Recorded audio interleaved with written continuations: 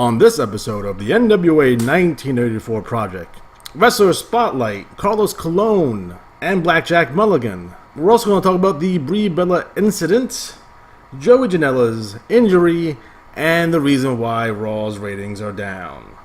And away we go.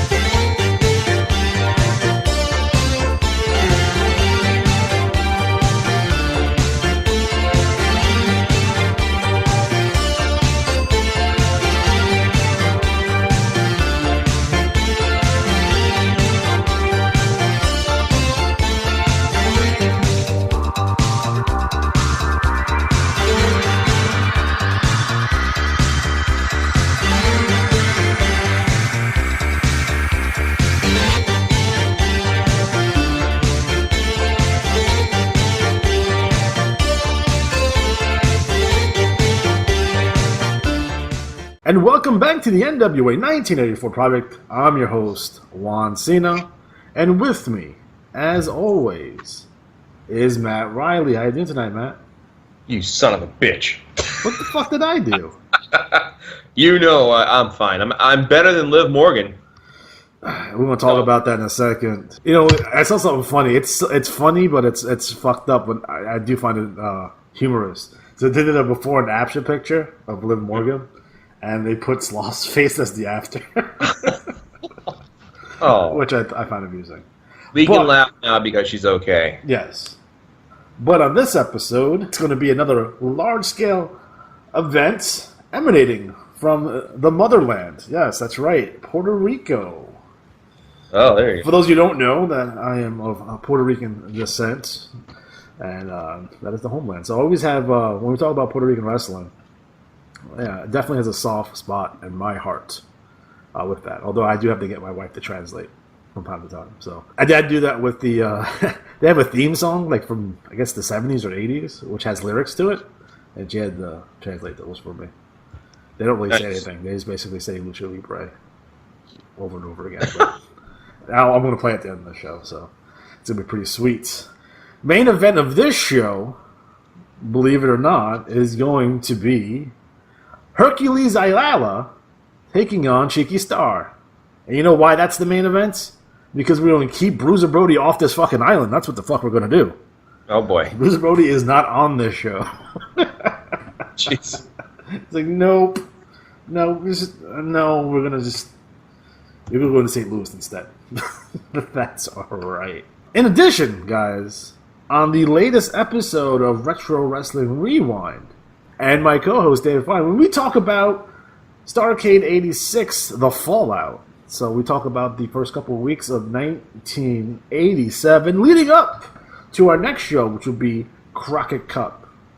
A couple interesting things do happen during the Fallout from Starrcade 86. You had a couple of really important things.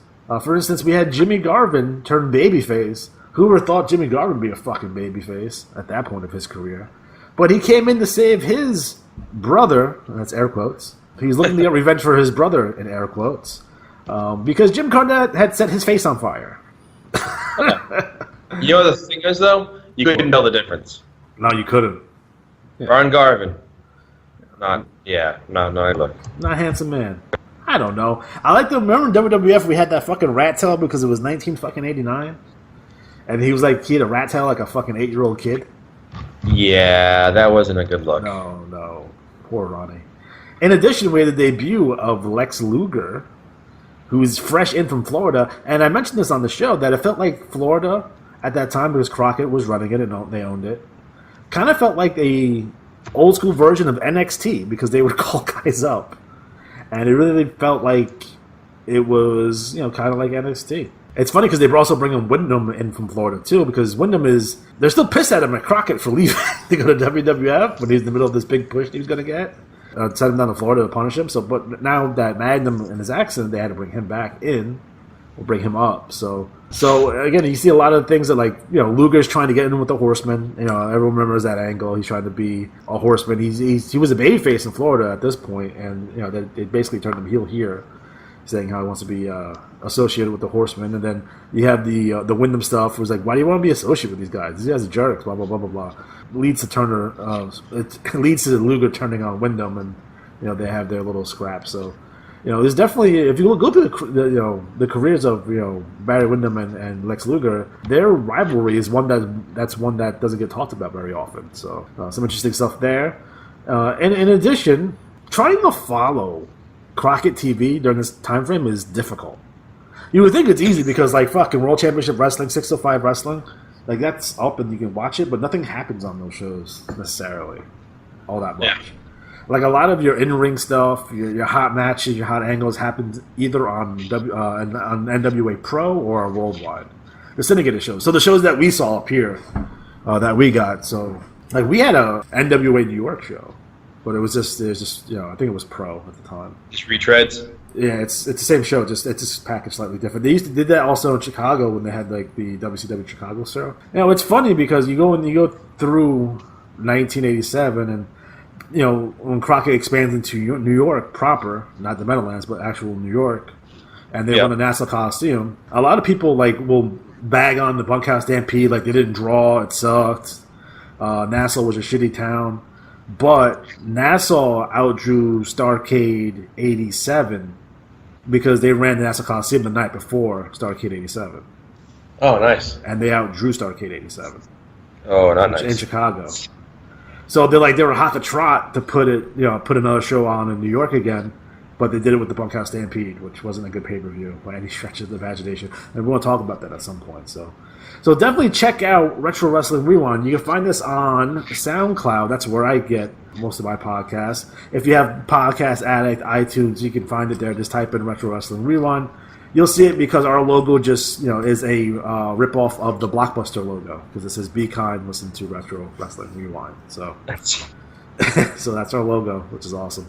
We also have a YouTube channel, a new YouTube channel just recently launched, and again, just type in Retro Wrestling Rewind in the little search bar, and we'll be, I think, the second or third thing that pops up. So check us out there. I actually use real footage from these shows, and I spliced them together. So do a little opening. Which it's difficult because I have to navigate copyrights and shit, so that can be tough from time to time. But, you know, if you have a fundamental understanding of YouTube and how long clips can go, you should be all right. Anything over 30 seconds, you most likely will get dinged. So if you keep it underneath 30 seconds, you should be fine.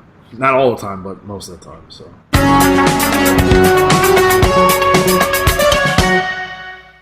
So up first, I guess we gotta talk about it because it's the elephant in the room. Oh boy, we gotta talk about Brie Bella and her situation with Liv Morgan that happened recently on Monday Night Raw. So Matt, why don't you take us through what happened here?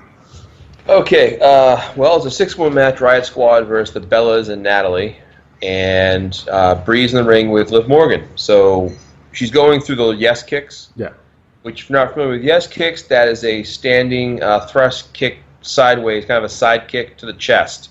And use those leg baffles, if you will, to give that, like, that whoomp sound. Yeah. So you go in and you stand there, you set, kick, set, kick, set, kick. You don't spin and, like, throw a lot of torque into it because you're just going for the sound effect. You're not going for crazy impact. Brie got a little carried away and really went in with him, and people thought it was the last hit. I believe she was knocked out on the second to last hit, where she went too high, caught her in the face. I think it stunned her, and when she was falling down, that last kick really clipped her. So the surprising thing was she went to cover her, like she saw she went down, and in fairness, you know, when someone's selling, you don't know how well they sell sometimes. Like everybody's always saying, like, oh, you look like you're hurt. Well, that's the idea. So she goes down, rolls her over. Out of, I'm assuming, muscle memory, she kicks out because she wasn't quite out cold. And then she's just kind of laying there. So Brie kind of helps her, guides her, you know, like holds her head to her head. Obviously, they're talking to each other. Their hair is covering the conversation.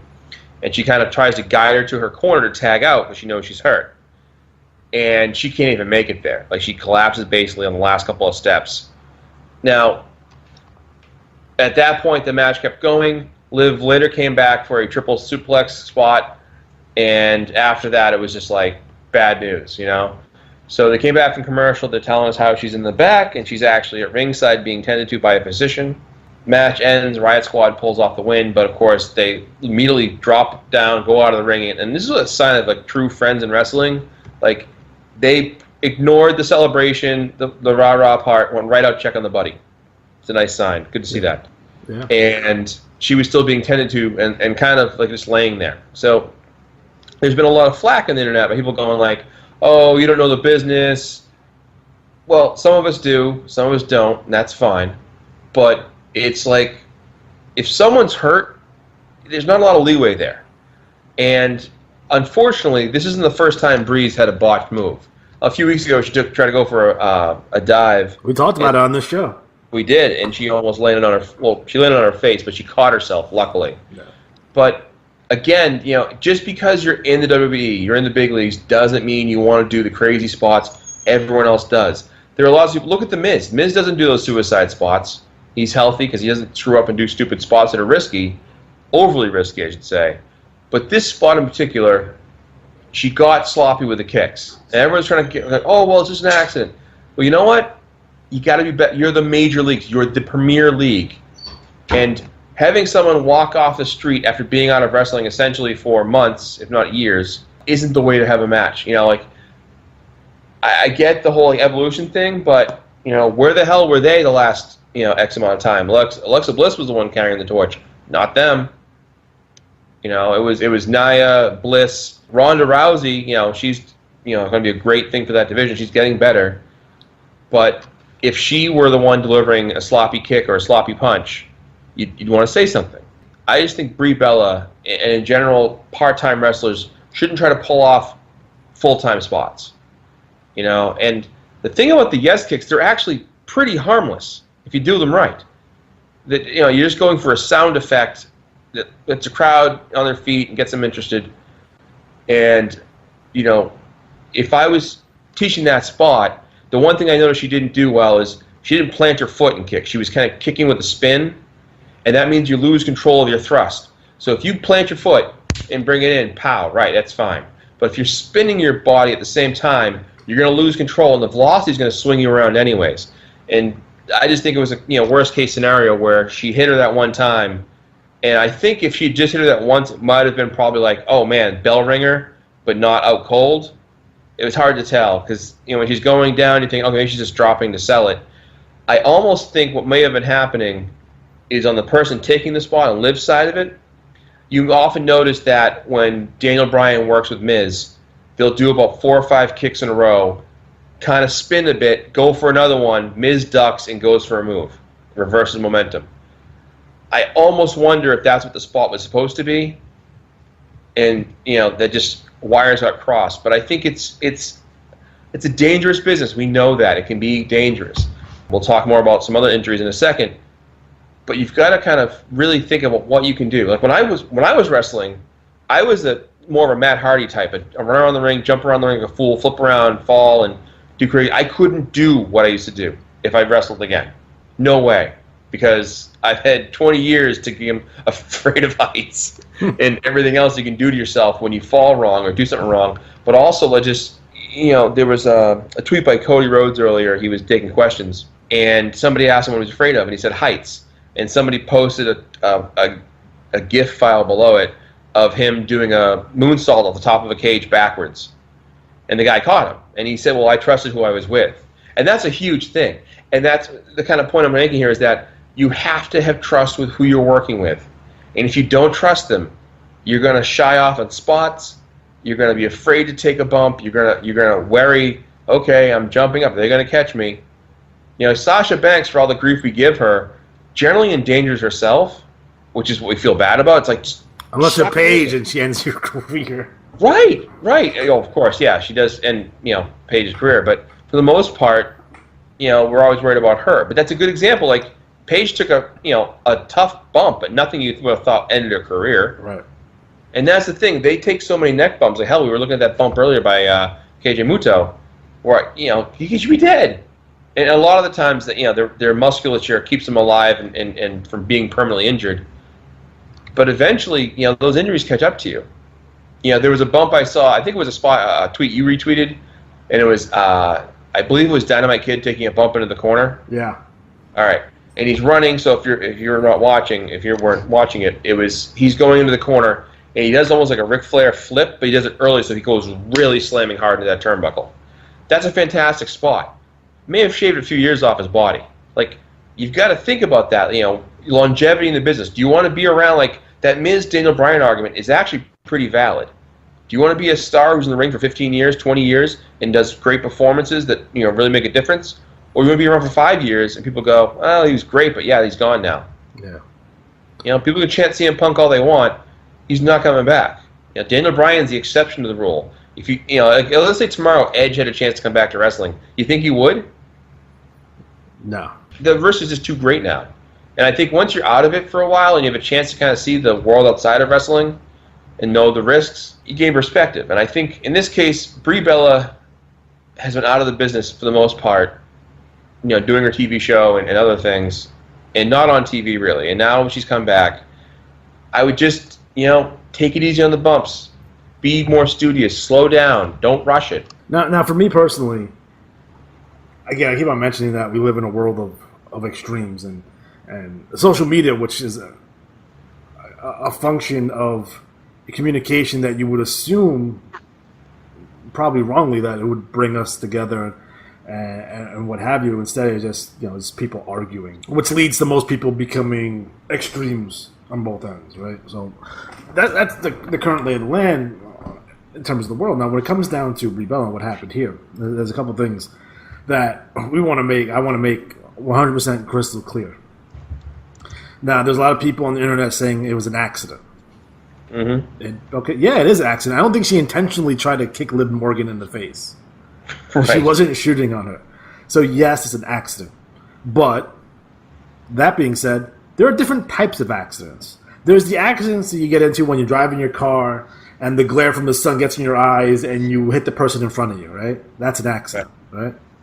There's also another type of accident when you're driving along and you're texting on your phone and you're looking down texting on your phone and you run into someone. You hit someone in the back, right? Right. Now, that's also an accident. One is kind of an unavoidable situation, and the other one is just recklessness. And I think Brie Bella in this situation was reckless. I watched that video 1,000 times. And Matt, you are a trained professional wrestler. So I have a question for you to ask. Mm-hmm. If you hit someone with a live round, or you potato someone, would you know? Yes. Okay. Absolutely. So when Brie Bella kicked Liv in the face that first time, she had to know that she potatoed her. But whatever it was, recklessness, sloppiness, in the moment, she goes to kick her again. See, I don't have issues with the first kick, right? It's the second one that could have done major league damage.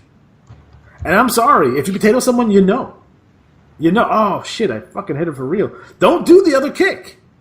Stop. Right. Stop. Full stop. She's either too green to understand it, or she's just sloppy and reckless. And that's the reality of the situation here. And now people are going to argue, right? And I think social media in general, the world that we live in today, people have an inability to make clear points. They have an inability to argue, right? They just don't, right? We live in a world where everyone has a personal agenda. So when you see people, WWE people or people that may be higher profile, right, that may have radio shows or what have you, defend Brie Bella, they have an agenda, right? It's the reality of the situation. They're not going to say anything bad about the Bellas because the Bellas are a big draw to be on television, or if it's on their reality TV show, they're not necessarily going to fuck with them all that much. No one in the WWE is going to come out and say anything, right? We know this, right? We understand this, right? On the other side, we have just people who don't like the Bellas, right? And they're looking for anything to criticize them on, right? So even in something like this, that you can criticize this situation. There's another thing where people are quote unquote haters, right? Those people really exist. I've seen them. I'm like, well, you're not making a good point here. You just don't like them. You're biased. And then you have on the other side of the spectrum, you have people who are fanboys. I guess that's the appropriate term for them now. They also have a bias. So how do we get through all the bias and have a meaningful conversation? The problem is that we no longer are able to have these meaningful conversations anymore. Right? That's just the world that we live in right now. So all we got right now is just people yelling at each other. And then you have people in the business saying, well, you're not a wrestler, so you don't know. I'm like, yeah, it's obvious, right? Obvious that we're not a wrestler. But that being said, common sense does kick in every once in a while for some of us. Not all of us, for some of us. And I can look with my own eyes and know what I'm seeing. And when I saw someone there, is it ring rust? Yeah, possibly. That could be a reason. Is that an excuse? I think, I'll give you an example. My very first live match, I legit clotheslined the guy about 10 minutes into it. Come off the second rope, he walks into it, and instead of bumping, he just stands there. So I legit clean his clock. And first thing I did when we went down, I was like, I just muttered K, and he was like, yep, quick check. And I know, shouldn't speak verbally if you can help it, but, right. I was a rookie, whatever. But we were also taught things like, check the hand, look for a squeeze, make sure you just, tap in the thigh, 2 taps for okay. I think as soon as she slammed her, hit that, either the padding's too deep for herself to feel it, and she wasn't thinking about it, but just, I remember when I was watching it live. But then that means she's not looking either. Right. But because you would be looking down and you would fucking know that you hit her right in the fucking face. Exactly. Watching it live, I remember thinking she's getting a little high with those, and the next thing you know, bang. And so as an observer, seeing those kicks elevate, because the chest, if you look at the way they're taking that, oftentimes they'll curl their arms up almost like a barbell lift. Right, and they're leaning way back on it. Right, and they're catching those kicks. I always think for women it's tougher because you're getting kicked in the boobs, so it's a little harder on the body. Right. But still, damn, there's reasons they've eliminated certain moves from the repertoires. The pile driver, I don't think you almost ever see it nowadays in WWE. You don't see it anywhere. Here and there. I watch a lot of independents, and they'll use variations of a pile. They use the Canadian Destroyer. They use tombstones and what have you. But a legit old school Jerry Lawler fucking jumping pile driver. Oh yeah. You're not seeing those. No, and that's smart. That's the most protected move in the business, to be honest. For me, looking at this, it comes to a point where no one's allowed to criticize anything. If you say anything, you're a hater. I don't hate the Bellas. I think they're all right. They're not my favorite thing in the world, but they're fine. Right? I don't have any ill will. I wouldn't consider myself a hater of them. I'd get them off my TV. Arr. No, that's not me. But I'm sitting there. We saw the I guess it was two dive botches. And that she botches again in that match. I don't know if anyone saw. Yeah. When she did the slingshot and she forearmed her, and what the fuck are you doing? Yeah, we often criticize people who are dangerous and sloppy in the ring. If you saw Twitter later on that night, she tweeted out something to the effect of it's an accident's happened, it's a dangerous thing. That's fine because she's a babyface. If she was a heel, she shouldn't be saying that, but she's a babyface, which is fine. I think it's acceptable. Yeah, I just hope Morgan and her tongue are okay. Well, yeah, but let's be honest here for a second. Let's look at this a different way. I think you just made Liv Morgan a star. I think Brie Bella made her a star because she got up from that. You know what I mean? Yeah. She got knocked out. She came back into the spot, and they had to take her out of the match, right? So, spun correctly and doing your due diligence, in reality, when she comes back, she should get a huge reaction, and she'll get a lot of sympathy. You just made her a star. Yeah.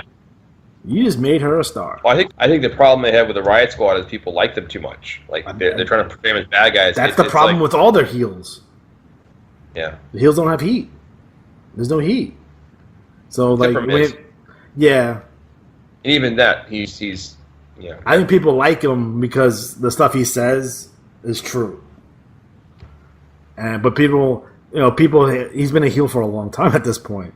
You know what I mean? He's been like the class of heels. He is the top right now, probably in the world in terms of heels and getting heat. I think Kevin Owens is there too, but people like him because he's funny. But in terms of just getting old school fucking heat, the closest thing you got. If they could handle this correctly, you would turn her babyface, and then you're off and running. You have a new star. If you kind of just bury it and fucking sweep it off the rug, then you are where you are. But yeah, maybe she needs to be cleaned up a little bit. Maybe you should send her down to. I mean, that's just common sense. It's like, we see your little botchy. Can we send you down to NXT to get the ring rust off? That's not insulting Brie Bella. That's having common fucking sense. That's like, let's knock off some of this rust, and because she knocks out Liv Morgan, and everyone kind of, there's a lot of people who are excusing it or whatever. What if there's a next time? Like, what are you gonna say? Well, that's what I keep. It's thinking. A weird hill to die on. It makes no sense. What if she knocks someone out? But what if she hurt someone permanent?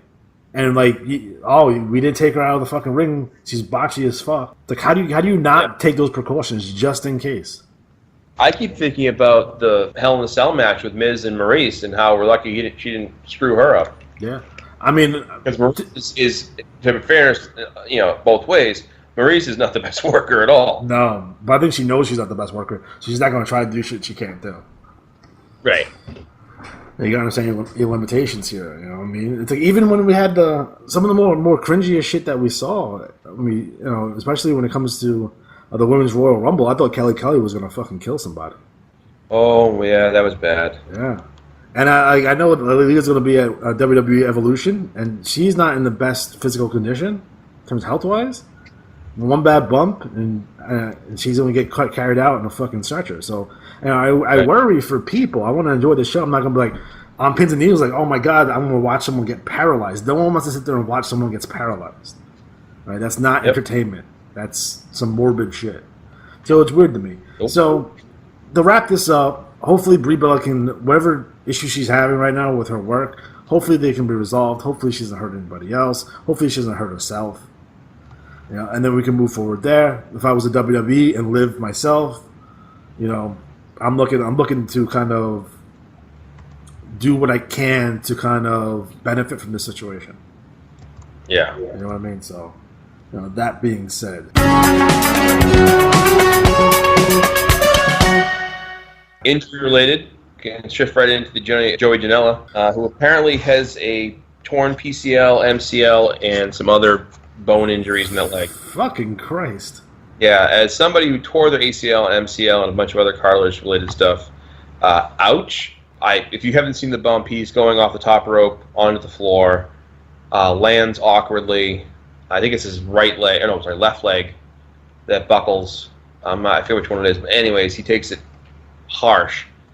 And as a result of the MRIs the other day, he said that he's going to be out for quite a while. I would say, if I were him, I'd use this as a blessing and get my ass in the gym and work the shit out of your body, upper body, so your upper body, nice and jacked up. So when you come out of there and you're healthy again, you're going to be good. Not even from an aesthetic standpoint, but just from a work-related standpoint.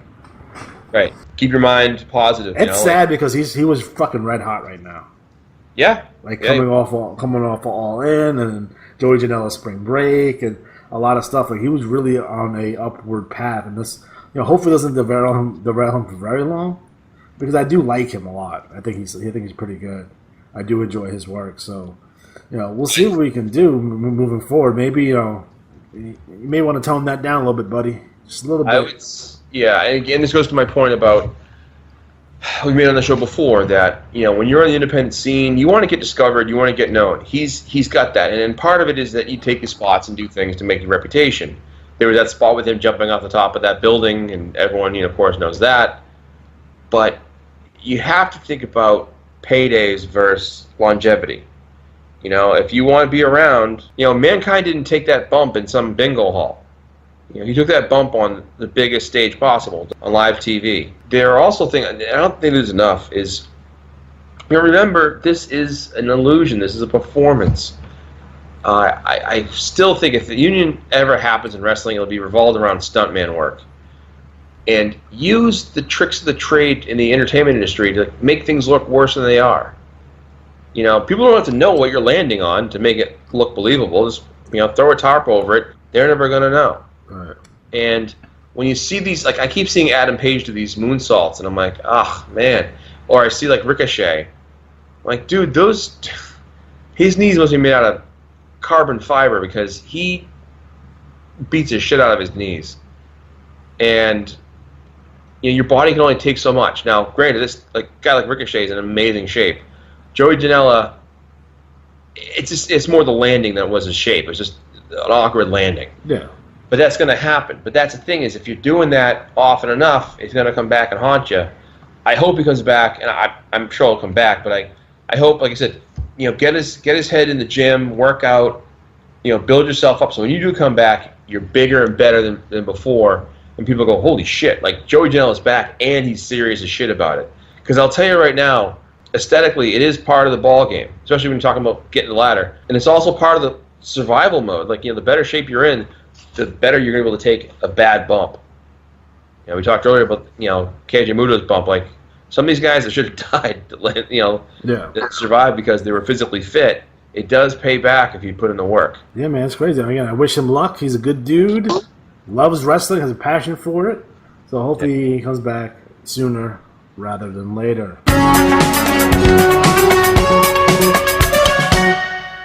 So Matt, what are your thoughts on the Jericho Sea Cruise? Ooh-wee, baby. I don't know. That's my poor Jericho impersonation doing the Sea Cruise song, which I bet he will do. I think it's cool. I think part of the evolving nature of wrestling is the different venues. And this isn't his first cruise, is it? Is it the first cruise? I'm pretty sure it is. Okay. Well, I know Kiss does a cruise every year, the band Kiss. Right. And it's one of those things kind of like working out where you get the fans, and it's like 24/7 contact. There's going to be matches that show on the boat. That's a cool change of pace. WCW used to have a cruise in the early 90s, too. Did they? Yeah. The Bruise Cruise. You can hang out with Sting and Buff Bagwell. Oh, Buff Bagwell. Hey, if it makes you feel better, you can still hang out with Buff Bagwell for a fee. Yeah, so I think it's a good direction to take the business in. All in, the cruise. I could see them doing something like, a con, like, the StarCast type situation where you bring the fans together. If they do All In too, I think they're going to be even better because they're going to take all the stuff they learned from this one and then magnify it into a bigger stage with better product. Yeah, definitely. I'm looking for it. And again, the NWA 70 anniversary show is going to have autograph signing and meet and greets attached to it, and that's some of the stuff that you have to do now. You want people not, the days of I'm going to run a certain town, and we're going to draw weekly or even monthly. Those times might be dead. You don't have to offer a lot more. They will pay money. They will pay big money. But you have to have it available. That's why we see the advent of all these wrestling conventions, all these wrestling meet and greets, autograph signings, and what have you across the country. That over the last 5 years, I've noticed because I go to them, they have exploded. They have exploded. So almost every big time event that's not on WWE is going to have aspects of that to their show because they know they want to offer more to the fans because the fans will spend the money. You get $25 for a picture and an autograph with somebody. You do that enough times. I go and I spend $400 or $500, and this is just on autographs and pictures. My God. Yeah. And then the merchandise. People love wrestling merchandise. Fucking hot right now. T-shirts, obviously, but then you gotta start thinking outside the box when it comes to other types of merchandise. What else can you offer? WWE just put out a Universal Belt or a WWE Championship fanny pack, which I think is hilarious. That's fucking smart. It's a fanny pack, but it looks like the WWE Championship. Because fanny packs apparently are becoming back in the style now. Oh no, please no. According to my stepson, who's 23 years old. Man. I have a fanny pack. It's leather. It's badass. Are you gonna do the Rock look for Halloween? No, because I'm not as good looking or as in shape as he is. Although I'm hopefully 2019 is going to be my year. I don't look like Rocky in Rocky 4, so that's my plan. Nice. And running the woods, running the snow-covered mountains. Yeah, I'm very excited for Creed 2, by the way. That's right up my fucking alley. You have Ivan Drago's son in it, so, and Ivan Drago's in it too. So. Oh, is he? Yeah. What does he say? I must break you. I'm sure it comes up because that's leaving money on the table. I think. I'm sure that's gonna. Like, you must break him. You know, that kind of stuff. So I see that coming. Trailer's out, so it's fantastic. You know, I dig it. But yeah, I think we're going to see more conventions. I think you can see more access to wrestlers.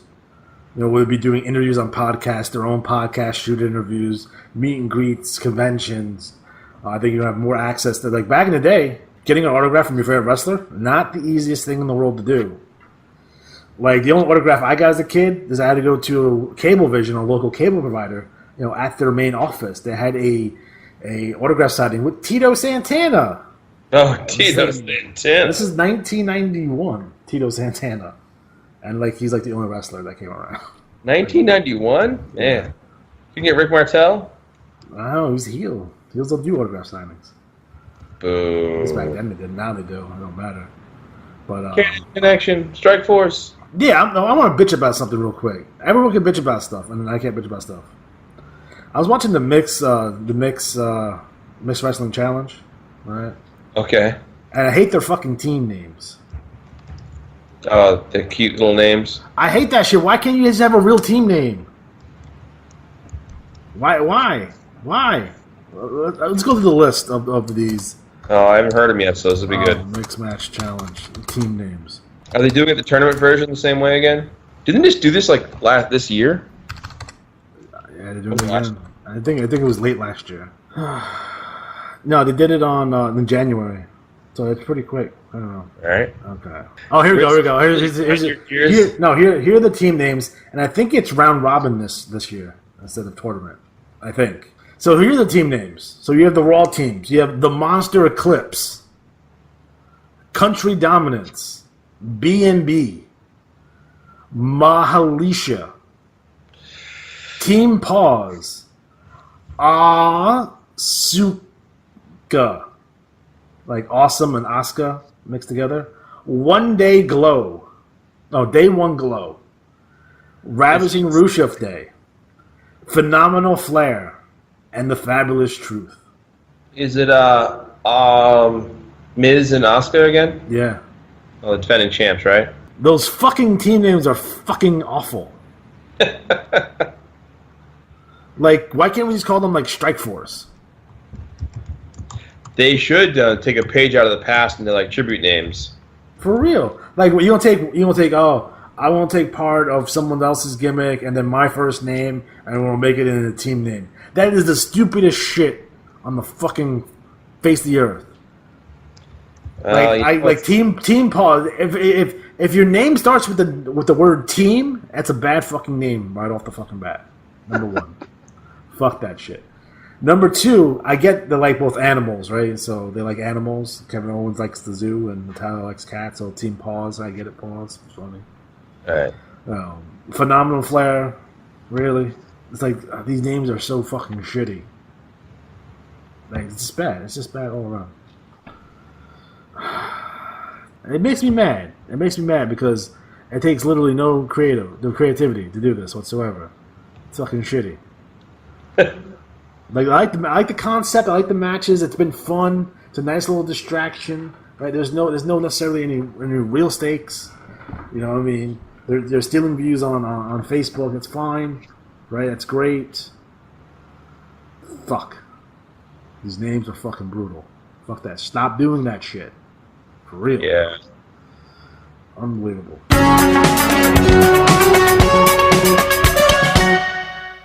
We had Monday Night Raw's lowest ratings in years recently. Yeah. So, obviously, right? We know this, right? There's going to be a lot of outside factors on this, right?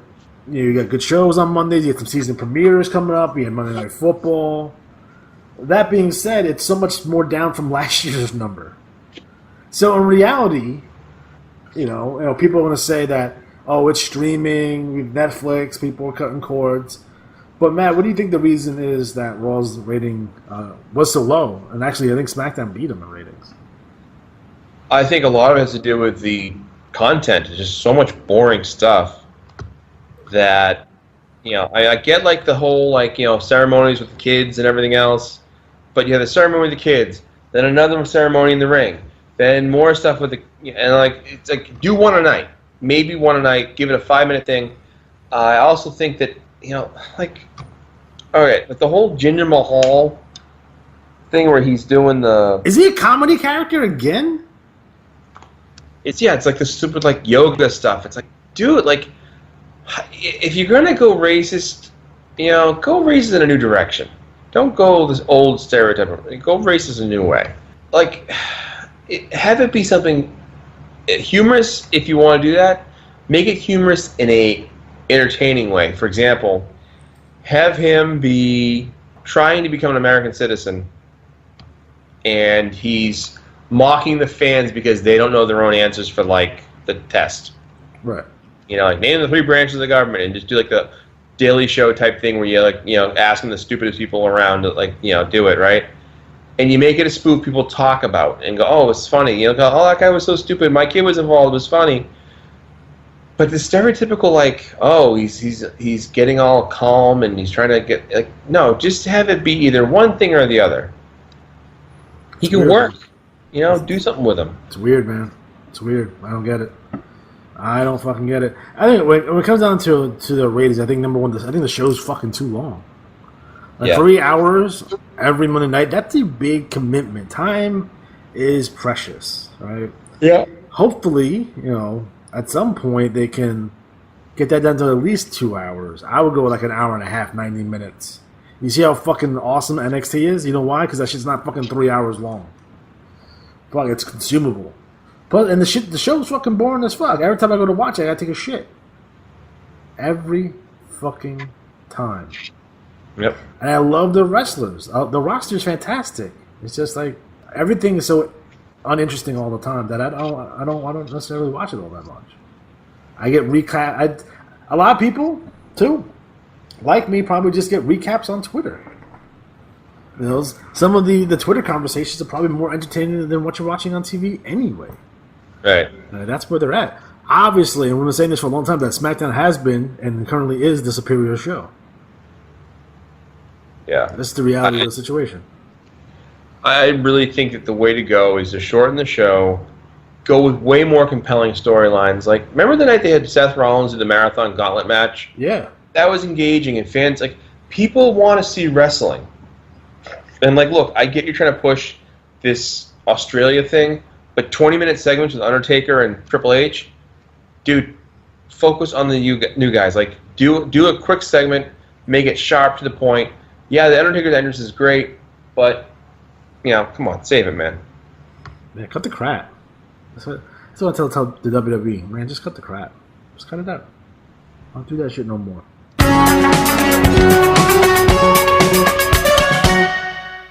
And speaking of, I guess, recent news, since we haven't covered much recent news in the last couple of weeks, Renee Young, full-time commentator on Monday Night Raw. What are your thoughts on that, man? I think it was a great idea. That's fine. The problem is one person, Michael Cole. Now, maybe it's because I'm trying to listen to Renee more clearly that it's come out and I've noticed this, but Michael Cole can't help but jump on everyone else's lines. It's like he's got a hot poker on him and he doesn't scream out, "What am I over? Oh my god!" Ah! You know what that hot poker is? It's Vince in his fucking headset. Yeah, well, you know what? It looks terrible. It sounds terrible. It's a shitty product. If you were watching the baseball game and the guy's telling a story, and what often happens is someone's in the middle of giving a line and Renee Young talking about, the reason they're so angry at each other is because, well, Renee, look at that move. Oh, wow. Oh, jeez. Dude, shut the fuck up. I almost want to have Dean come out and beat the shit out of him and be like, let her talk. It was so obvious the first couple of times that, I was like, this has got to be a joke. They're just doing this to mess with her. And then it's just how he is. And dude, it's not entertaining. It's annoying. I fast forward to a lot of stuff now because I just don't want to hear that shit.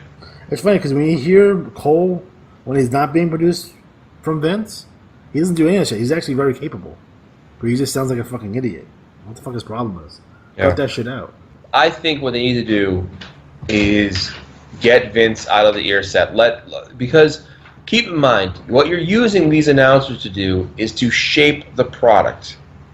You know, like if you watch NXT, Morrow is awesome. I love it. But he's professional. He comes across professional. I think Renee's sounding fine. I think I'd like to see her become more the voice of reason. Let Corey Graves have his stupid stuff. Cole can be kind of whatever. But I think she needs to be the voice of reason because we need someone who's more the voice of the fan, who can kind of be that person we can relate to. That should be her role. Agree. I definitely agree. So hopefully, in the future they can get that corrected. If not, they're gonna have a hard time. Next up, we're gonna have our wrestler spotlight, and we're gonna talk about Carlos Colon. This is Puerto Rico, by the way.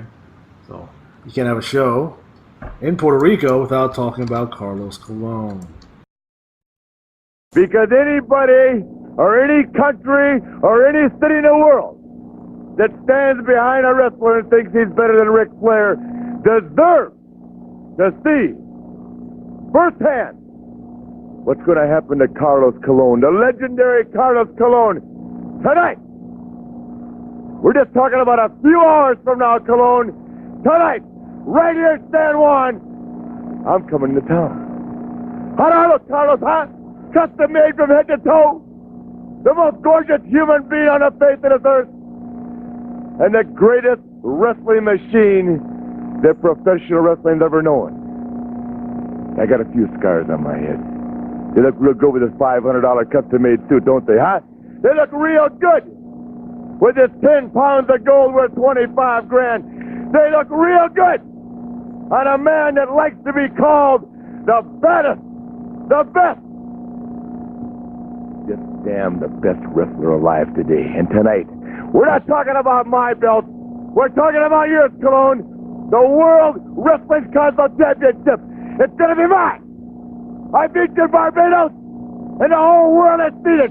You're embarrassed, so you want me back again. Not for my title, but yours. Tonight, Colon, I'm going to take off this $500 suit, and I'm going to tear off this shirt and tie, and I'm going to get real mad. You know why? Because I want that title. I'll walk the world, twice the world champion, the NWA champion, and the Worldwide Wrestling Council champion. Tonight, San Juan, Puerto Rico. Colon, you're going to bleed, and you're going to sweat, and you're going to help me prove to the world that I'm the greatest wrestler alive today. Woo! Me he entrenado esta vez como nunca y no estoy nada nervioso, estoy bien calmadito porque esta noche tengo que echar el resto. Yo sé que este compromiso de esta noche es posiblemente el más grande de mi vida, Riquín. Esta noche está todo en juego, me lo estoy jugando todo. Me estoy jugando el prestigio de Consejo, el prestigio mío y el prestigio de todos los puertorriqueños. Y ahora me acabé de enterar de que esta lucha se va a transmitir a 35 otros países. Por eso es que yo esta noche, pase lo que pase, Riquín, yo no puedo aceptar una derrota esta noche. Esta noche Ric Flair me va a tener que demostrar que él es un mejor campeón que yo, Riquín. Porque esta noche, mientras me quede un poquito de vida, yo estaré defendiendo, no defendiéndome yo, Riquín, defendiendo los colores de Puerto Rico, porque nos va a ver el mundo entero. Y yo nunca he defraudado a Puerto Rico, Riquín, y no pienso hacerlo esta noche, que nos va a estar viendo el mundo entero. Así que esta noche estén conmigo, vengan todos al estadio Lambeaton, que yo les garantizo que no lo voy a defraudar. Les digo sí, que la lucha va a ser dura, que Ric Flair es un gran campeón, que es un gran luchador, pero esta noche vamos a ver quién es el número uno. Y también quiero que estén allí, Riquín, para que le den a nuestro hermano el Invader su apoyo, porque esta noche el Invader también se lo está jugando todo. Se está enfrentando a Dory Funk, que es un ex campeón mundial y un hombre que se las trae en la lucha de Dory Funk, porque fue el papá de Dory Funk que inventó esta lucha de estilo Texas Death Matches, una lucha a muerte estilo tejano. Pero yo sé que el Invader tiene cría, que esta noche va a ser lejos. Bueno, Carlito, muchas gracias, Ricky. Gracias, campeón. Ric Flair le había dado una cantidad de dinero a Matt Douglas Five para que yo no recuerdo bien, voy a cotejar el videotape, si fue para que te lastimara o para que te eliminara, no preciso, porque esto fue hace unos minutos, y no, la verdad que no hay importancia, como hablaba de tantas cosas, pero ahora, al tú mencionarme este asunto de la unificación del título y a Ric Flair, como que la cosa tiene un poquito más de sentido. Exacto, yo no dudo eso porque Ric Flair no quiere enfrentarse a mí otra vez en Puerto Rico, especialmente en esta lucha que tiene que poner su título de la NWA. Pero a mí no me preocupa la fight, aunque le reconozco sus méritos, es un gran luchador, un individuo que está, tú sabes, subiendo. Pero de fin, lo que tiene que hacer es poner el nombre en el contrato y firmar el contrato y yo lucho. Yo nunca me he negado a darle un lucha a nadie. Esta es la ventaja del campeón. Bueno, lo que él tiene es que caer en los primeros 10 y automáticamente va a tener una lucha por el campeonato mundial. Claro, seguir el patrón. Pero esperar que le llegue su turno, la fight, no le tengo miedo a él ni a ninguno de los de Barabá. Pero en realidad el punto que yo tengo en mente ahora es la unificación del título. Yo no espero que, ¿sabes? No. Estoy loco que llegue el momento de diciembre para enfrentarme a Ric Flair porque quiero convertirme en el primer campeón universal. Bueno, la verdad es que yo no creo que Ric Flair se quiera enfrentar a ti. Precisamente yo le anuncié aquí a los televidentes que dentro de un rato le voy a pasar la lucha tuya contra Ric Flair porque la grabamos en el estadio Irán Bison e inclusive te voy a invitar para que estés aquí con nosotros y la veas junto a mí en este programa porque creo que en esa lucha pues se manifestó, por lo menos en esa, una superioridad clara sobre Ric Flair. No sé lo de la superioridad, pero me alegro que le presentes esta lucha al público para el beneficio de los aficionados que no pudieron estar ese día.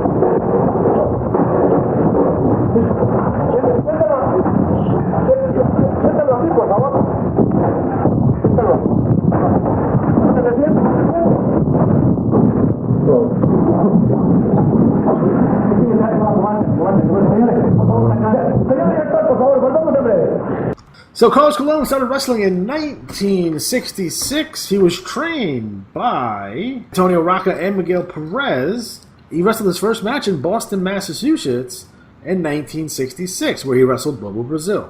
He was also paid $15. 1966. And at that point, he wrestled all over the eastern United States and Canada. Wrestled once for the WWF in 1967. Oh, he had one match in the WWF in 1967. He had a bunch of different matches in 1968. After that, he spent most of his time in Montreal, wrestling up there. After that, since there was a void in the Puerto Rican wrestling scene, Carlos returned to Puerto Rico in 1973, Victor Jovica, and they founded the company Capital Sports Promotions. Su sección favorita, Chicky Starr Sport Shop, semana tras semana. Toda la semana tenemos un invitado muy especial en esta sección. Vamos a hacer un alto sobre eso, porque esta semana, en vez de un invitado especial, lo que tenemos es basura. Tenemos a Carlos Colón. Siéntate ahí. Sin insultos, sin insultos. Yo no vine aquí a que usted me insulte. Si viene a faltarme respeto, yo simplemente me levanto y me voy. No estoy faltando el respeto. No quisiera destruirle este Sport Shop. Te estoy diciendo lo que eres. Te estoy diciendo lo que eres. Siéntate ahí. Te la bondad. Es que quiero decirle algo muy importante. Usted se ha llenado la boca por ahí, se las está echando que tú sacaste a Stan Hansen de la lucha libre de aquí de Puerto Rico. Bueno, yo dije que lo saqué de Puerto Rico porque lo derroté. Y él dijo una vez que si yo lo derrotaba, si él perdía una lucha con Carlos Colón, él se iba de Puerto Rico. Yo lo derroté y tengo la prueba de eso. Vamos a ver el VTR, vamos a ver la cinta que hay de esa lucha. Pero... Fecha enero 6, 1987, el Coliseo Roberto Clemente, el campeonato universal en juego, lucha estilo Bull Rock Match, el primero que toca las 4 esquinas es el ganador. Carlitos ha tocado 2 esquinas, Stan Hansen ha tocado la tercera esquina, le falta una para ganar, Stan Hansen a punto de convertirse en el campeón universal, Carlitos trata de llegar a la tercera cuerda, lo logró por fin, ambos, señala el árbitro, han tocado las 3 cuerdas, amigos, estamos ante un lleno total en el Coliseo Roberto Clemente, casa llena, el público de pie. Starr Hansen a punto de convertirse en el nuevo campeón universal. El primero que toca las 4 esquinas gana y les falta una a ambos. Las posibilidades de triunfo para Hansen, a miren ustedes, está cerquita, a punto de ganar el título. Se para, se incorpora. Hansen está a punto de ganar el campeonato universal. El público con gritos trata de lanzar a Carlitos. Carlitos al otro lado, alando esa cuerda con esa campana de acero en el centro. Mucha sangre en el rostro del boricua. Hansen en dificultades ahora. Carlitos reaccionando. Hansen no se deja. Carlitos tambalea, pero ambos están en el centro del ring. Tremenda catapulta y Carlitos gana el encuentro. Carlitos retiene el título universal en el Coliseo Roberto Clemente. ¿Quién diablo tú te crees que eres? Esta es mi sección y aquí mando yo. No falta de respeto, yo no voy a aguantar más insultos de usted. No, usted está equivocado. Esta es mi sección y aquí mando yo. Mire, Chicky Starr Sport Show. Ahí no dice Carlos Colón Sport Show. Y te voy a decir lo que yo pienso de ti. Para mí tú eres un idiota, un negro asqueroso, un negro sucio. Un momento. Eso es lo que yo pienso de ti. ¡No! Yeah, come on, Stan Hansen. Come on, destroy him. Yeah, sigue dándole, Stan Hansen. Kill him, Stan Hansen, come on. Yeah, ahí tienen a Carlos Colón. Come on, Stan Hansen. Keep going. Finish with him. Finish with him. Finish, Stan Hansen. He's split me, Stan. Come on. Finish with him. Finish it. All right. Finish it. All right. That's what I like it. Finish it, Stan. Come on, finish it. That's right. Finish it, Stan. Let me help you. Ahí tienes lo que te merecía. Ahí tienen la basura. Esa es la basura de Carlos Colón. Ahí tienen a ese negro en el piso, como Stan y yo lo queríamos. Ahí tienen a Carlos Colón amarrado como si fuera una novilla. Ahí lo tienen. Levántate si puedes. Levántate. Ahí. Te hemos humillado como queríamos. Ahí tienen a Carlos Colón. Ahí lo tienen. Aquí tienen a Carlos Colón. Mírenlo bien. Ahí está Carlos Colón. La basura de aquí.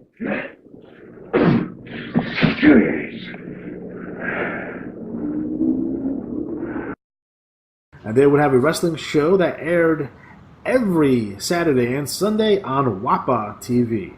He had his local stars would be Barbaras, Black Georgie, Miguel Perez, but they was able to bring in a bunch of other wrestlers too. A lot of international-born wrestlers like Rocca and Castillo, and you know, at that point he's building his promotion and he's really kind of trying to get his stars over. So you have like the Super Medicos and the Invaders and Chicky Starr. He would bring in Americans like Randy Savage, Ric Flair, Bruiser Brody, Stan Hansen, who really spent a lot of time over in Puerto Rico.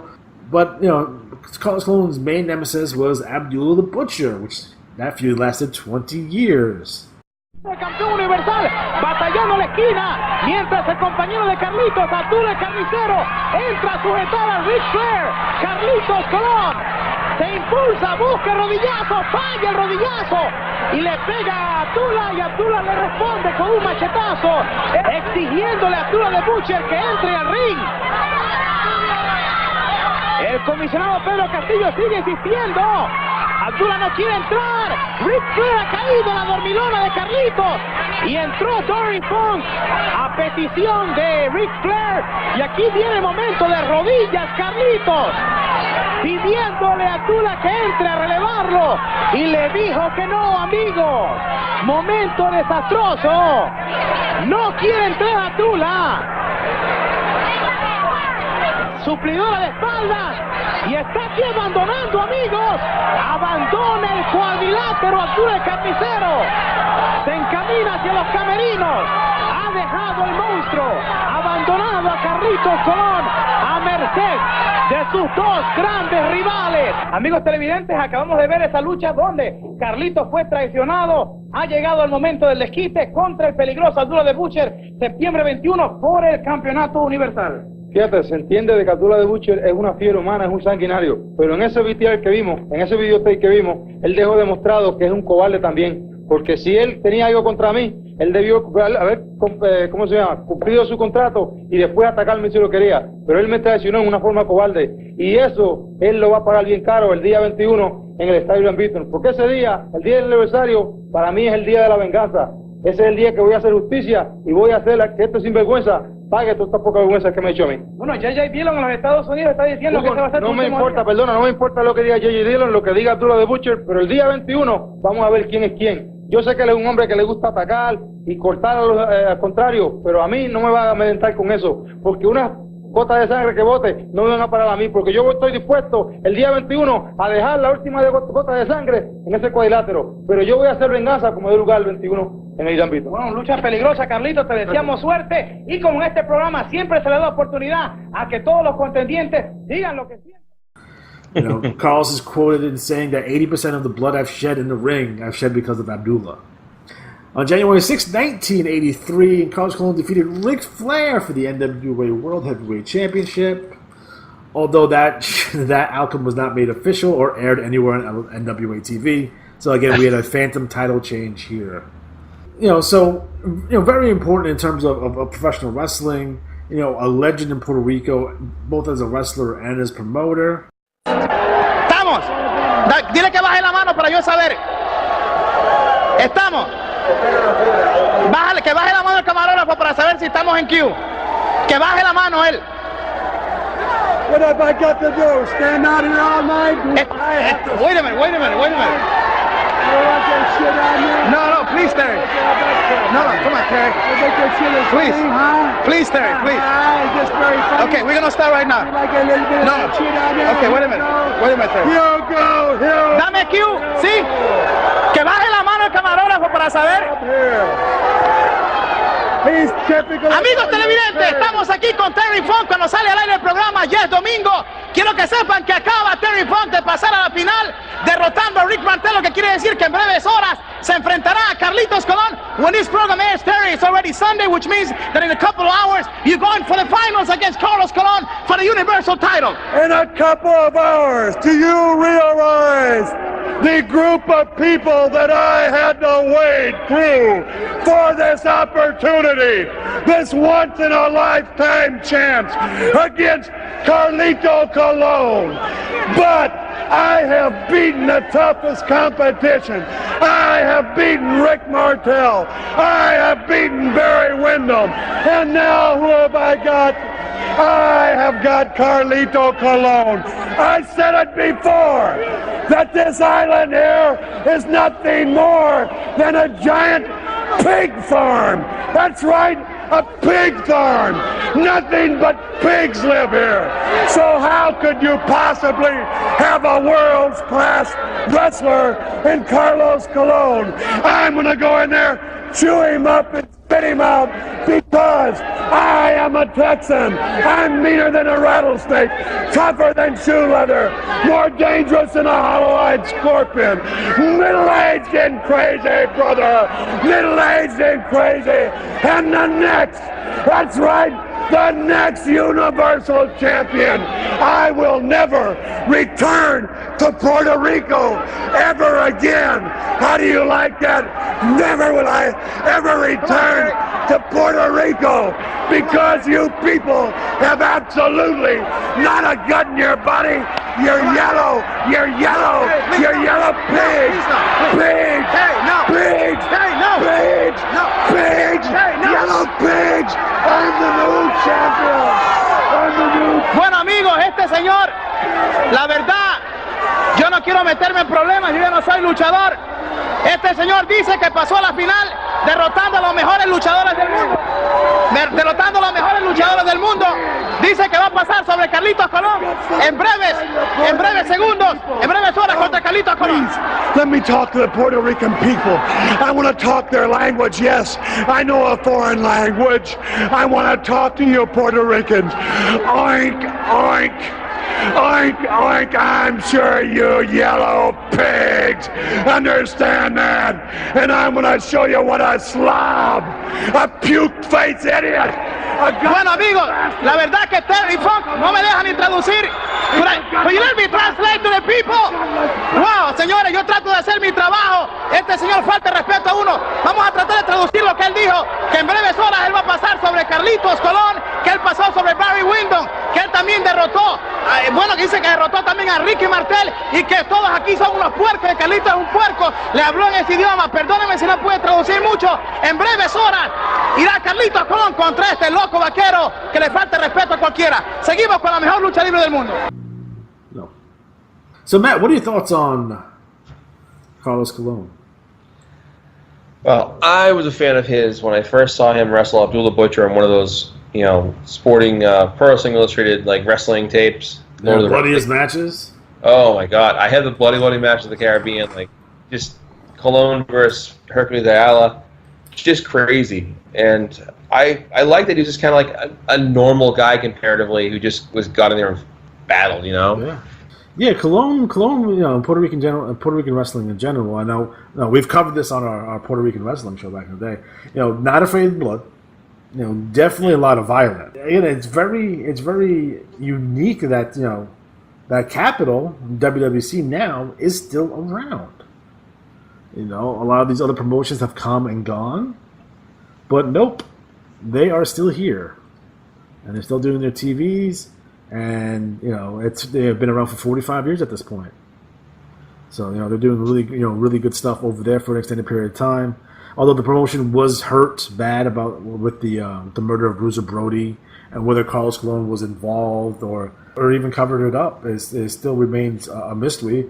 I think a lot of people assume that he was involved in some way or had either forefoot knowledge or try to cover stuff up after the fact. And I think that's definitely hurt his legacy and the promotion, you know, overall for a while. You know, he's in the WWE Hall of Fame, which, you know, he's rightly deserved in there. We all know that. You know, his in-ring work, I don't think is necessarily the greatest of the matches I've seen. Right. You know, he had exciting matches, but I think the ones that we see here most of the time, or you know, him fighting Abby most of the time, and those are good brawls and whatever, but. You know, he's not having, you know, 5-star classics, but you know, it's a possibility that he didn't need to. He was already so over. You know, right. he was the man in Puerto Rico. So definitely interesting. You know, again, WWC is still going on. You know, and they currently right now, you know, as of 2018, they've opened up a satellite promotion in the Dominican Republic. So you know, maybe you know they can expand to the other areas of the you know, Caribbean, and that can, you know, be fantastic. You know what I mean? You know, they had, you know, because of the hurricane down there, they had to be off TV for 5 months because all their shit was fucked up. And they had their first really kind of big live event back on March 3rd, 2018. So, wow. Yeah. So you know, Puerto Rico was definitely hit hard down there. You know, that's for sure. So.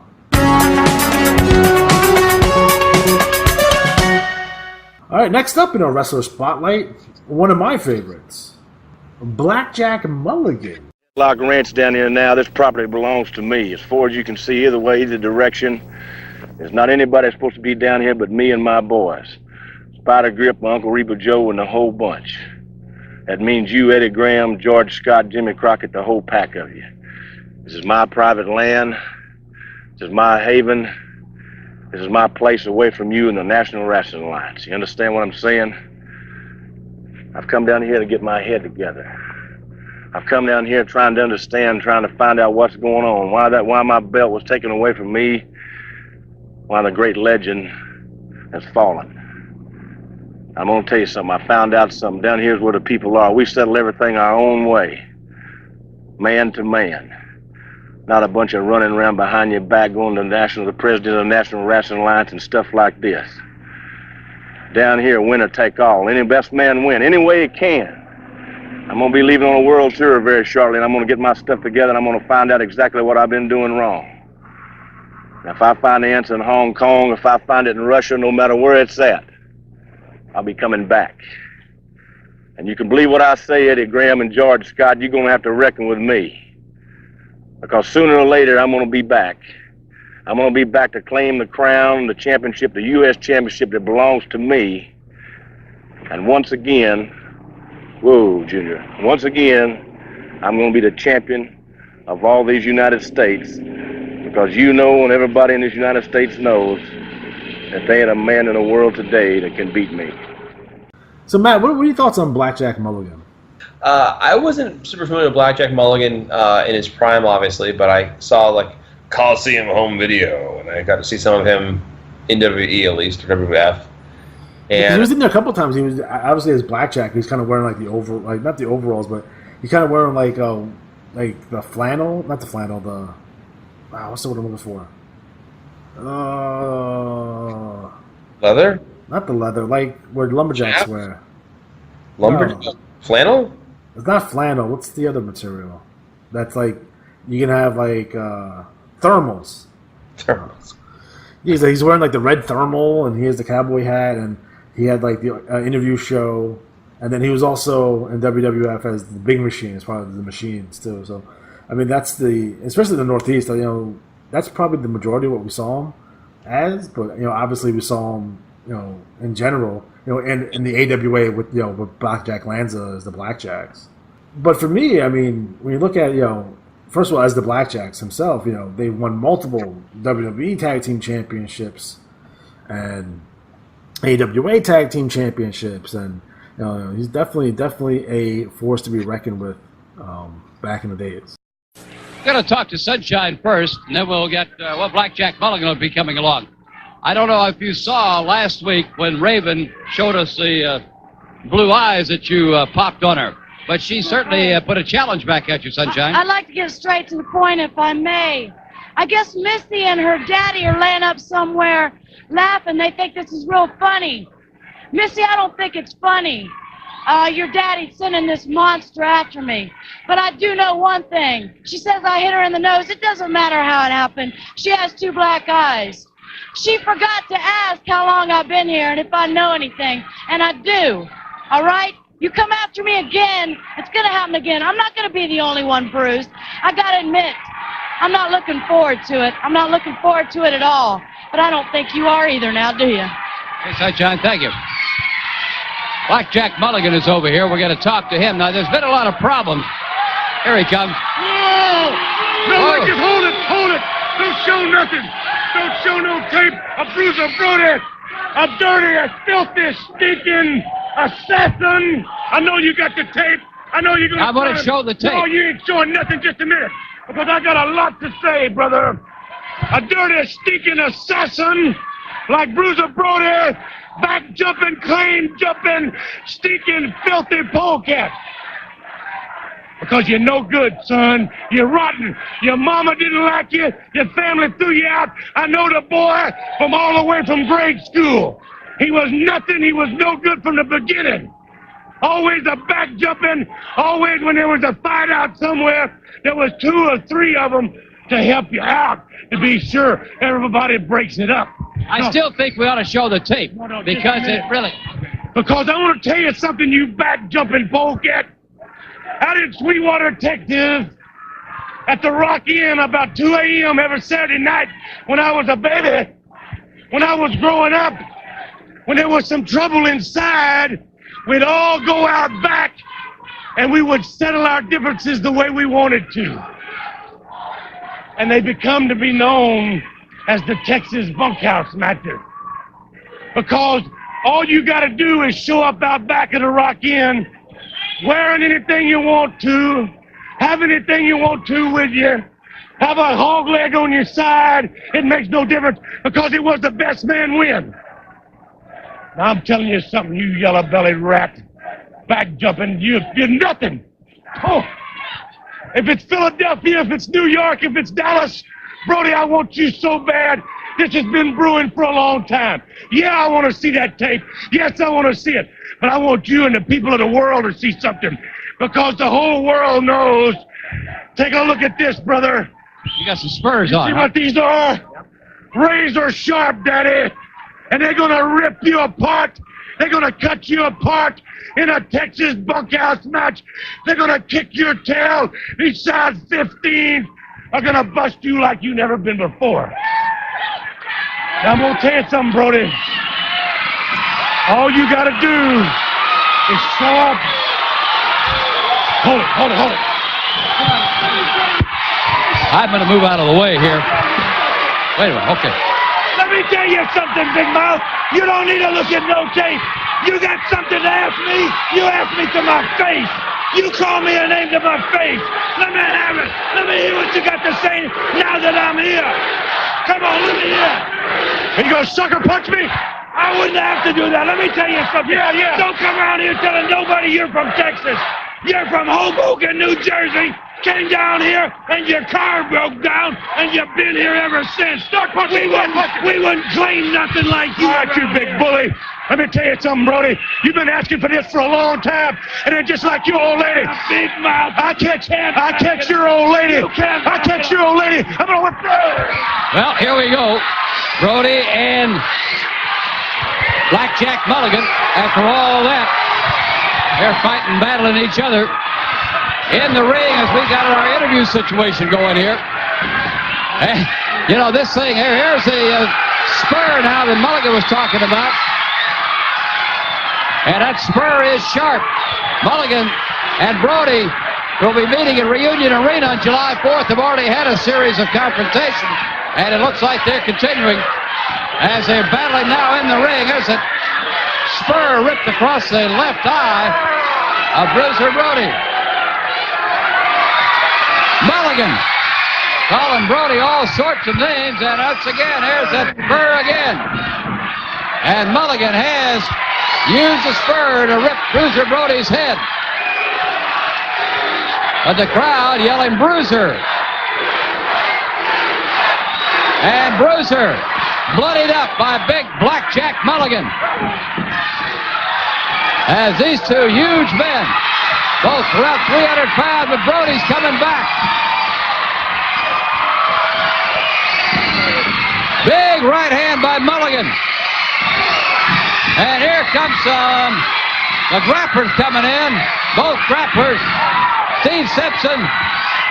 We also got Rick Rude trying to get these two huge men separated as this war of blood and gore goes on. Mulligan and Brody, the grapplers. Steve Simpson's in there trying to hold these two men apart. As a grappler called Brody, or rather Mulligan called Brody about everything in the book that could be published. Now Brody breaks free.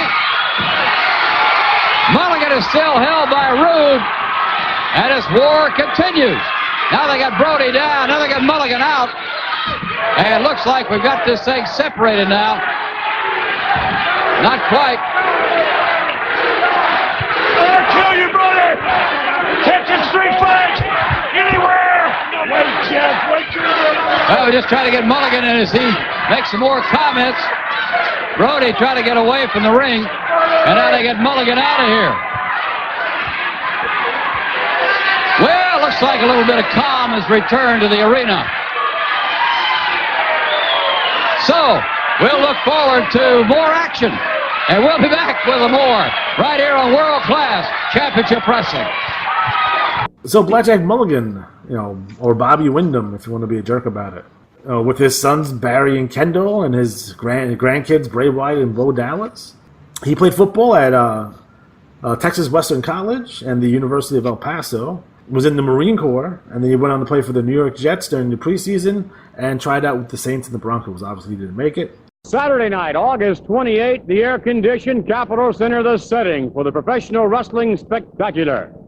Scheduled in the card 1 week from tonight, we shall see the tag team champions, Mr. Fuji, Mr. Saito, joining the card by the likes of Salvatore Bellomo, by the likes of the Polish power himself, Ivan Putski, and many, many more, including the Clash of the Goliaths, the Titans, the Giants.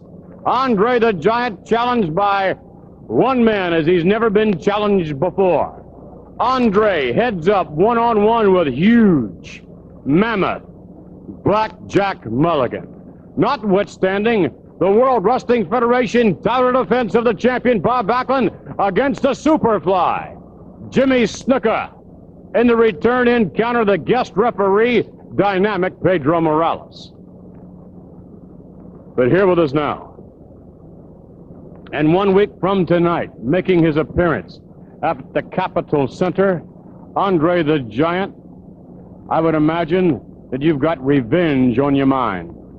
Yes, sir. And if I want to remind you one thing, the last time I was wrestling in Washington, that was against Killer Khan.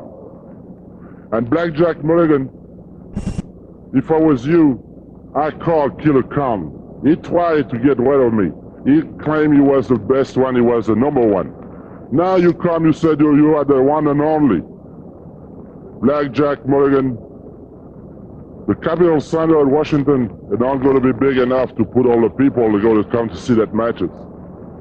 I go to fight you, boss, like I never fight before. I go to chase you everywhere, even if I have to come in the parking lot, but I want to get rid of you. And BlackJack Mulligan, you're going to pay for that. And you're going to pay my way, the Giant way. Thank you very much. Andre, the Giant, and his commentary. Momentarily, a shadow, no doubt, being cast by the frame of the 6'9", 300-plus pound BlackJack Mulligan. Mr. Mulligan, not too many people want to be in your shoes 1 week from tonight. Who cares? Who really cares? Let me tell you something. I just placed a call, Andre. I'm a little bit ahead of you to Mongolia. And in broken Mongolese, Khan told me that Mulligan, you can take the Giant and you can take him easy because the big goof has a soft spot right between his eyes. And brother, let me tell you something. President Reagan, the whole Senate, you better get your seats because only one time am I giving a Giant the chance to prove himself again. I've defeated the man on national television. I've embarrassed him, humiliated him. I understand Lee Majors don't even want him back. He's so disappointed in the Giant. They've called me a couple times, but I have no time for stuff like that. Washington Capitol Center, brother, this is it. Step through those ropes, over them, come under the ring, crawl, hiding, I don't care. You're so embarrassed, just show up, be in Capitol Center, and I'm going to prove that it was not a fluke. I'm going to show everybody, and all the people on the front row, if you speak French, you're going to hear the man say, I quit, in clear French. I can't take. Based on advice given to him by Wahoo McDaniel, Mulligan trained with Joe Blanchard and Corpus Christi, and then later on with Vern Gagne, in the AWA. He was being billed at 6'9", over 300 pounds as a, basically their version of Bobby Duncombe or Stan Hansen. After he finished training, he went to the WWF, where he was transformed into the BlackJacks, where they had the black trunks, the black hat, the black gloves, and they used the Iron Claws as a submission. When he arrived in WWE, the WWF, he was managed by the Grand Wizard, and there is actually early promotional pictures of him floating around in the WWF as Big Bob Windham. He had great success. I guess he was a perennial challenger to Pedro Morales, although that push was interrupted when he was stabbed and slashed in the thigh by a fan at the Boston Garden. Oh, Boston fans, jerks. Took him hundreds of stitches to close the wound. So I have a question. Why did you stab BlackJack Mulligan? Bitch should have my money. The guy who fucking stabbed him was Gorilla Monsoon grabbed him, and then they gave him to the cops, but the cops let him go because they thought it was part of the show. Oh, really? Yeah. Oops. After that, he went on a feud with Bruno. This is after Bruno's title run. He came back from his injury. Yeah, and this is actually he was hurt. So he was hurt. He was still recovering. He was still recovering from his attack, where he participated in the match with Bruno Sammartino, who was making his first appearance in the arena since the end of his 8-year championship reign. Mulligan attacked Sammartino before the bell. Bruno quickly recovered, slammed Mulligan twice, and pinned him in 64 seconds. The building was sold out, and Bruno made a strong return back to the Madison Square Garden. And BlackJack Mulligan got such a big payoff, he was able to go home and recover from stabbing. Wow. Yeah. Once he healed, he returned to the Midwest and teamed up with Jack Lanza to form the BlackJacks. They captured numerous tag team championships and NWA promotions and the WWF World Tag Team Championships in August 1975. BlackJack returned to singles wrestling in Jim Crockett Promotions, where he would go on to hold the NWA United States Heavyweight Championship and the Mid-Atlantic World Tag Team Championships with Ric Flair. proud of. But there's a young man right now you're going to see that I know we all are proud of. The World Heavyweight Champion, Ric Flair. Let's see him right now because he's got an important announcement. All around water tanks waiting for a train 1,000 miles away from home. Sing it, my pocket is empty. Ain't not a penny. I called you on the phone. You told me to come down to your place. I drove up there, and I've been driving for 3 hours since to find you. I asked for a few minutes of your time. I know you got a bad gut reaction, but let's hear this out. Just a minute, Rick. This is my people here. It's my family here with me. You're imposing on our hog hunting time. You're the only man dressed like you dressed that's ever come down that road. Hey, Jack, you know you can find me, sir, for any occasion you want. You want me to get rid of these clothes? Brother, tell me how you want it. How you want a few minutes of your time? Clothes got nothing to do with it. You know that, brother. I'm with it, and I'll go with it all the way. Well, I'll tell you what, Rick, a lot of stuff has come down between us over the years. A lot of things have happened to us. You own our property down here. You own the family's property. I knew you was coming. I wasn't for sure what you wanted and what is it you need. You're going to find this hard to believe, and I know you're going to say there's been a lot of bad blood between us. But I'm looking back to a few years ago, and you could depend on me, and I could depend on you. I'm having problems in Charlotte. You know, I'm the world champion. Put that aside right now. I travel all over the world, and I compete against everybody there is, but the Mid-Atlantic area is my home, it's my baby, and I take a lot of pride in what happens there. I'm having problems right now with Juan McDaniels and Tully Blanchard. Rick, just stop this for a minute. Let me tell you something. You and I, we've been down the road a long time together, and all these people around here understand me, and you always like the city lights. You always like the finer things of life.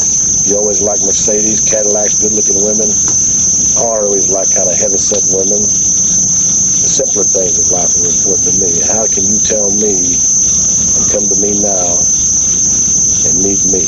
What do you need from me? Well, I'm going to tell you what I'm talking about. Regardless of the differences in our lifestyle, I remember one night when you pulled 3 guys off me at the treehouse in Charlotte. That's what I'm talking about. I need someone to stand at that backside right there. I'm having problems, and I want someone that I can depend on at that back door. I'm telling you right now, the situation between Juan McDaniels and myself and Tully Blanchard is not. Now wait just a minute, Rick.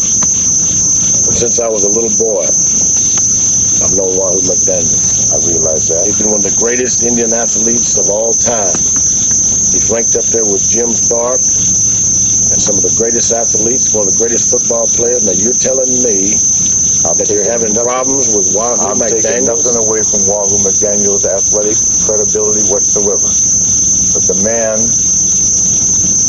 has forgotten what friendship and what sportsmanlike conduct in the greatest sport in the world, the sport that's been both good to you and I both, is all about. And I could sit here all night long and tell you about Walter McDaniel. I'm asking you to dig back into a couple of years ago when we ran things in the Mid-Atlantic area, we ran things in the wrestling world.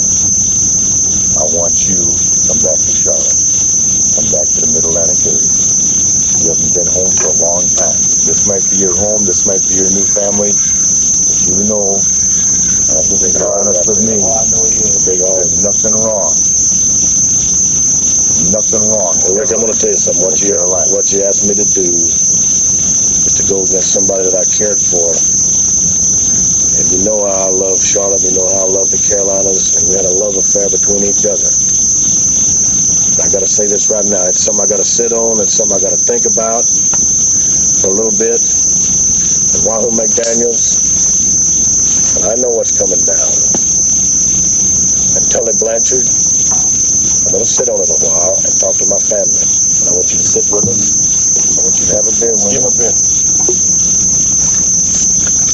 Have a beer, Rick. Sit down. I was with my family for a while here. Yeah, why don't you strike up one of them Put some old, music on here, boys. Yeah, all right.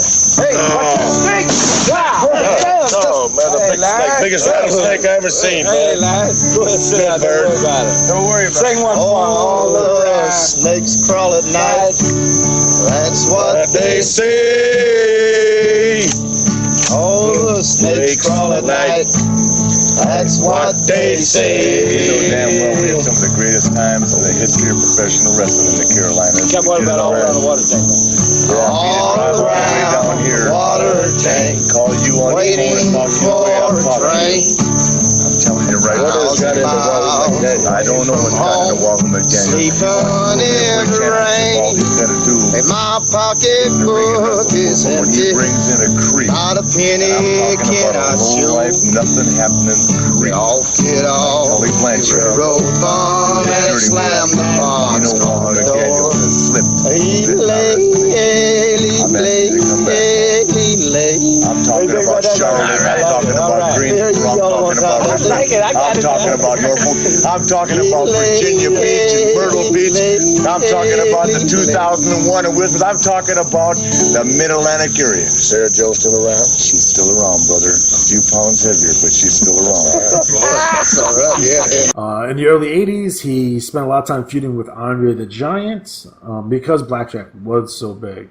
After that, he went to Florida, one of Dusty's boys, the family, as J.J. Dillon will call them. A few moments ago, BlackJack Mulligan was hospitalized for several days, and after an incident occurred regarding Kevin Sullivan, and luckily our camera crew was able to go to his bedside and conduct an interview with BlackJack Mulligan, and it's a very, very interesting turn of events. Let's go to that interview at this time.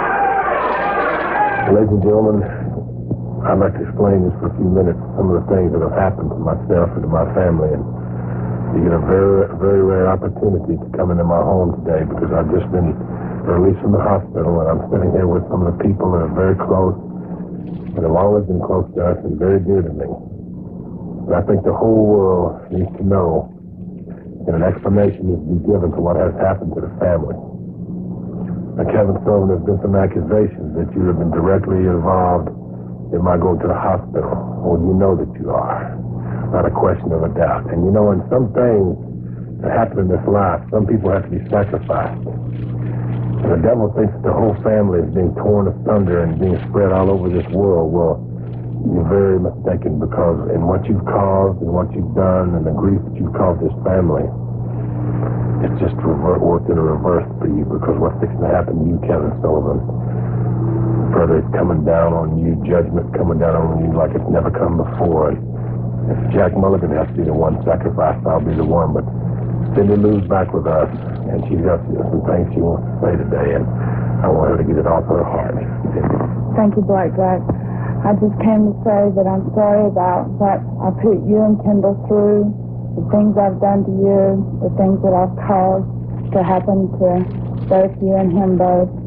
And, you know, deep in your heart, I didn't mean to do any of those things. I just would like for y'all to forgive me for everything I've done to y'all.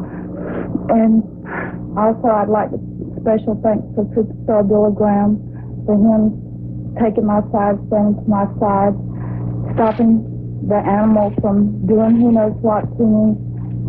I knew deep down inside that he was always the man that I thought he was, and he proved that to everybody by what he did.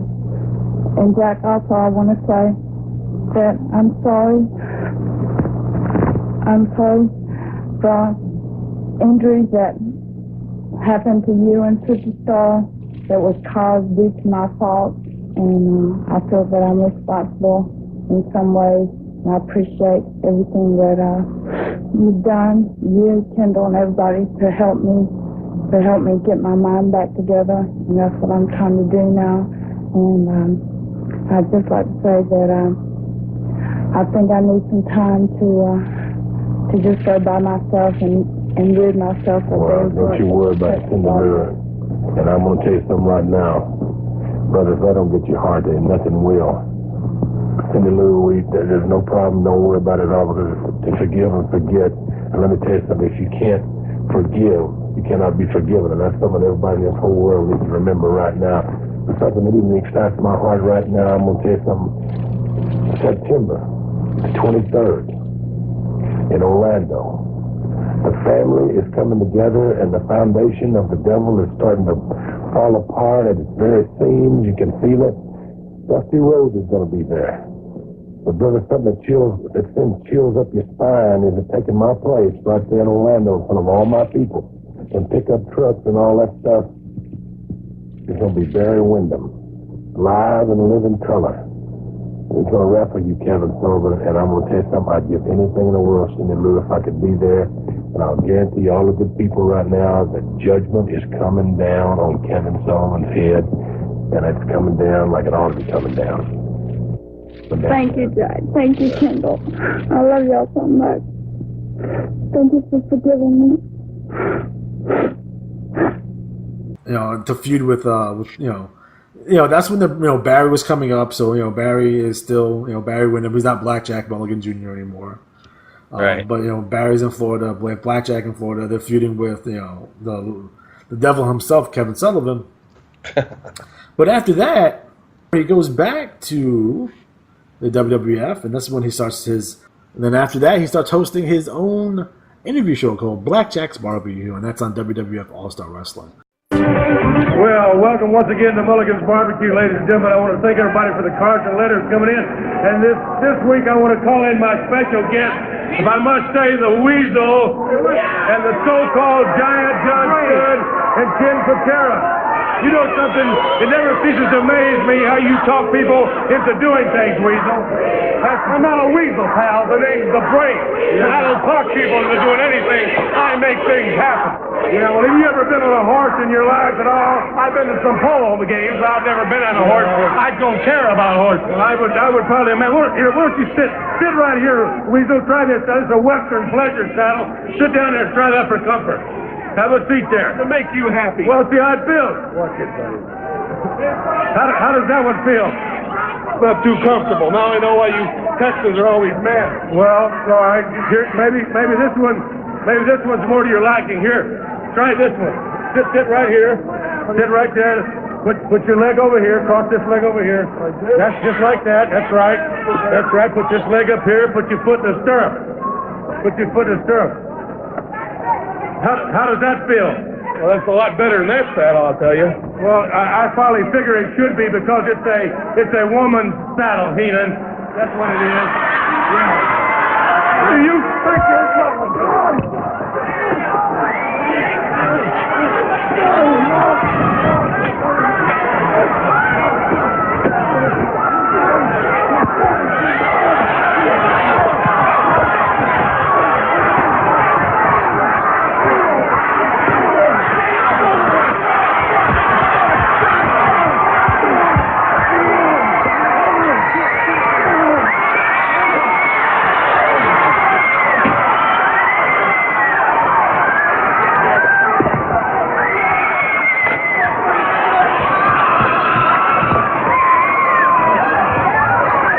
They're going to pray for us. They're going to pray. Oh, just get him. Don't worry about it. They're going to pray for us. Andre. They're going to pray. Andre. Yeah. I never let you down. We'll get him, boss. We'll get him. We'll get him, boss. We'll get him. By 1986, he is the Big Machine, teaming up with the Giant Machine and the Super Machine, who was Bill Eadie and Andre the Giant, respectively.